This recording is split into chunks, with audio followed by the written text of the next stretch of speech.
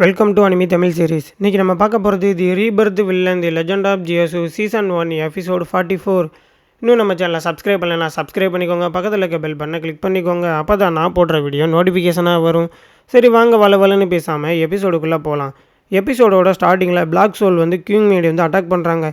என்னை விட்டுடு கிங் மேடின்னு சொல்லி பிளாக் சோல் கெஞ்சிட்டு இருக்கும்போது ஜூலாங் அவனோட ஈட்டியை எடுத்து பிளாக் சோலோடைய நெஞ்சிலே வந்து இறக்கிறான். யுன்சியா பிக் மாஸ்டர், நீங்கள் முதல்ல போய் ஹோலிசனுக்கு வந்து ஹெல்ப் பண்ணுங்கன்னு ஜூலாங் வந்து சொல்ல, கிங் மேடியும் நம்ம ஹீரோக்கு வந்து என்னாச்சுன்னு சொல்லி பார்க்குறாங்க. என்னுடைய டிசபிள் அவன் சோரோ ஸ்டேஜில் தான் இருக்கான், ஆனால் ஒரு கிரேட்டான செயின்ட்டை எது அவன் இப்போ எப்படி சண்டை போட போகிறானோன்னு சொல்லி கிங் மேடி ஃபீல் பண்ணி ஹீரோ என்ன பண்ணுறான்னு பார்க்குறாங்க. அங்கே சீனை கட் பண்ணிவிட்டு நார்த் கிங்கோட பேலஸை தான் நமக்கு வந்து காட்டுறாங்க. ஓடாத லிட்டில் லாடுன்னு சொல்லிட்டு ஹீரோ வந்துட்டு அவனோட ஸ்வாட் எடுத்து அந்த 9 நிறைய வந்து விரட்டிகிட்டு இருக்கான். ஐயோ இவன் இவ்வளோ மோசமானவனா இருப்பான்னு தெரியாமல் போச்சே, நீ ஒரு நல்ல ஆம்பளையாக இருந்தால் என்னை துரத்தாத அப்படின்னு சொல்லிட்டு அவன் பயந்து ஓடிட்டுருக்கான். இவங்கிட்ட மாட்டி சாகுறதுக்கு மேலேருந்து கீழே குச்சி செத்துலானான்னு சொல்லி அவனோட மேலேருந்து கீழே வந்து குதிச்சிடறான் மாடியிலேருந்து. ஆமாம், இது லார்ட் ஆஃப் 1000 ஃபேஸ் தானே, இவருக்கு என்னாச்சு, மூளை குழம்பி எதுக்காக மேலேருந்து இங்கே கீழே விழுந்தார் அப்படின்னு சொல்லி அங்கே இருக்க பீப்புள் எல்லாம் பார்த்துட்ருக்கேன். ஹீரோ வந்து 6 பேக்கோட ஒரு மாசான என்ட்ரியை வந்து கொடுக்குறான் அந்த இடத்துல. ஆமாம், அவர் ஜியோசு தானே, ஓ அவர் தான் லார்ட் ஆஃப் 1000 ஃபேஸோட இந்த நிலைமைக்கு காரணமா அப்படின்னு சொல்லி அங்கே இருக்க மக்கள் எல்லாம் பார்த்துட்ருக்காங்க. கிங் மேடியும் ஹீரோ அங்கே என்ன பண்ணுறா அப்படின்னு சொல்லி பார்த்தா, ஹீரோ ஆமாம் இவ்வளோ ஒரு கிரேட்டான செயின்ட்டவே எப்படி இப்படி மண்டை வந்து குழம்பி போக வச்சான் அப்படின்னு சொல்லி ஆச்சரியத்தில் கிங் மேடி வந்து பார்த்துட்ருக்காங்க. 1000 ஃபேஸ் உன் கதை இதோட முடிய போடான்னு சொல்லி அந்த வீட்டோட டாப்லேருந்து ஹீரோ அவனை வெட்டுறக்காக குதிக்கிறான். டப்புன்னு பார்த்தா அனிகிலேஷன் ஃப்ளாக் வந்து அவனை வந்து காப்பாற்றுது. ஆமாம், இந்த ஃபோர்ஸ் இது என்னது, இது எம்ப்ரரோட தானே, ஏசியன் எம்ப்ரரோட தானே சொல்லி அங்கே இருக்க மக்களால் நிற்கவே முடியல அந்த ஃபோர்ஸில். ஹீரோவும் நீ ஜஸ்ட் ஒரு ஐட்டமை பொசஸ் பண்ணி வச்சுருக்க ஒரு மான்ஸ்டர் எம்பரர் தான், ஈவன் நீ ஒரு மான்ஸ்டர் எம்பரராகவே இருந்தால் கூட அதை பற்றி எனக்கு கவலையே கிடையாது. நான் ஜியோசூடா, இந்த உலகமே என்னை எதிர்த்தா கூட என்னை நீல் டவுன் போட வைக்க முடியாது.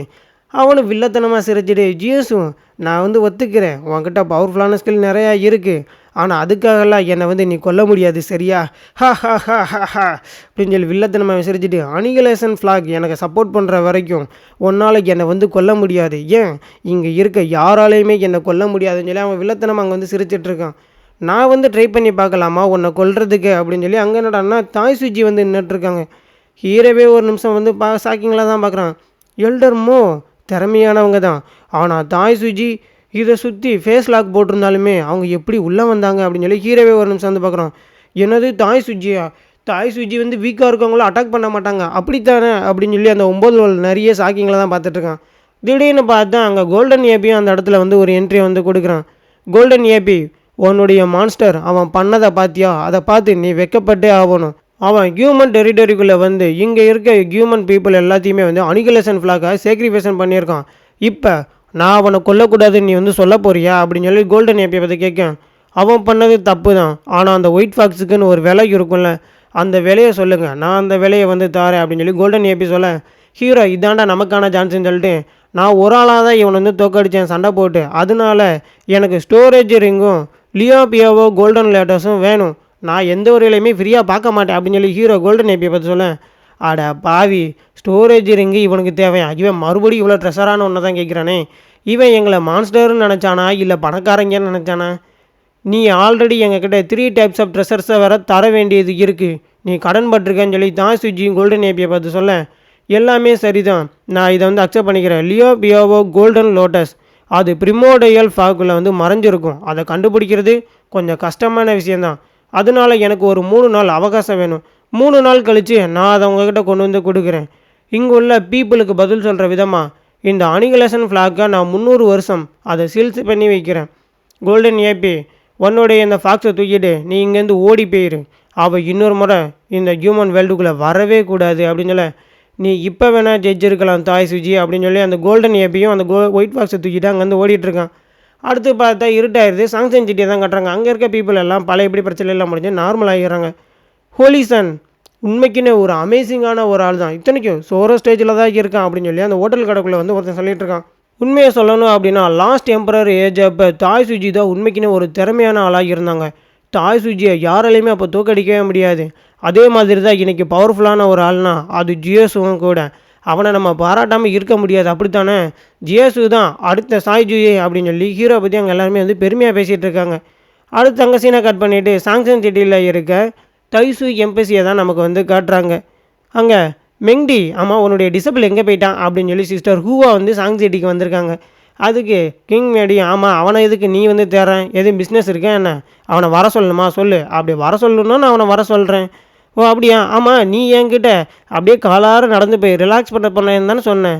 ஆனால் நீ எப்படி சாங் சிட்டிக்கு வந்த, உன்னுடைய டிசபிளுக்கு ஆபத்துன்னு தெரிஞ்சு அவனை காப்பாற்றுறக்காக இங்கே வந்தியா அப்படின்னு சொல்லி ஹூவா மெங்டியை பார்த்து கேட்க, இப்படி முட்டாள்தனமாக பேசுகிறத நீ முதல்ல வந்து நிறுத்து சரியா, நான் ஜஸ்ட்டு இந்த பக்கமாக போயிட்டுருந்தேன், இங்கே மான்ஸ்டர் இருக்கிறத சென்ஸ் பண்ணிட்டு தான் நான் இங்கே வந்தேன் சரியா, சரி சரி நீ சொல்கிறதெல்லாம் நான் நம்புகிறேன் சரி சரி அப்படின்னு சொல்லி ஹூவாவும் சொல்ல, ஆமாம் பை த வே நீ எப்போ தைசு ஹோலி கிரவுண்டுக்கு போகிற அப்படின்னு சொல்லி கிங் மெடி ஹூவா பார்த்து கேட்க, நானா தைசு ஹோலி கிரவுண்டில் எனக்கு அப்படி ஒன்றும் பெரிய வேலையெல்லாம் கிடையாது, அங்கே போனாலும் நான் சும்மா தான் இருப்பேன், அதனால் நான் இந்த ஏரியாவே சுற்றி பார்க்க போகிறேன்.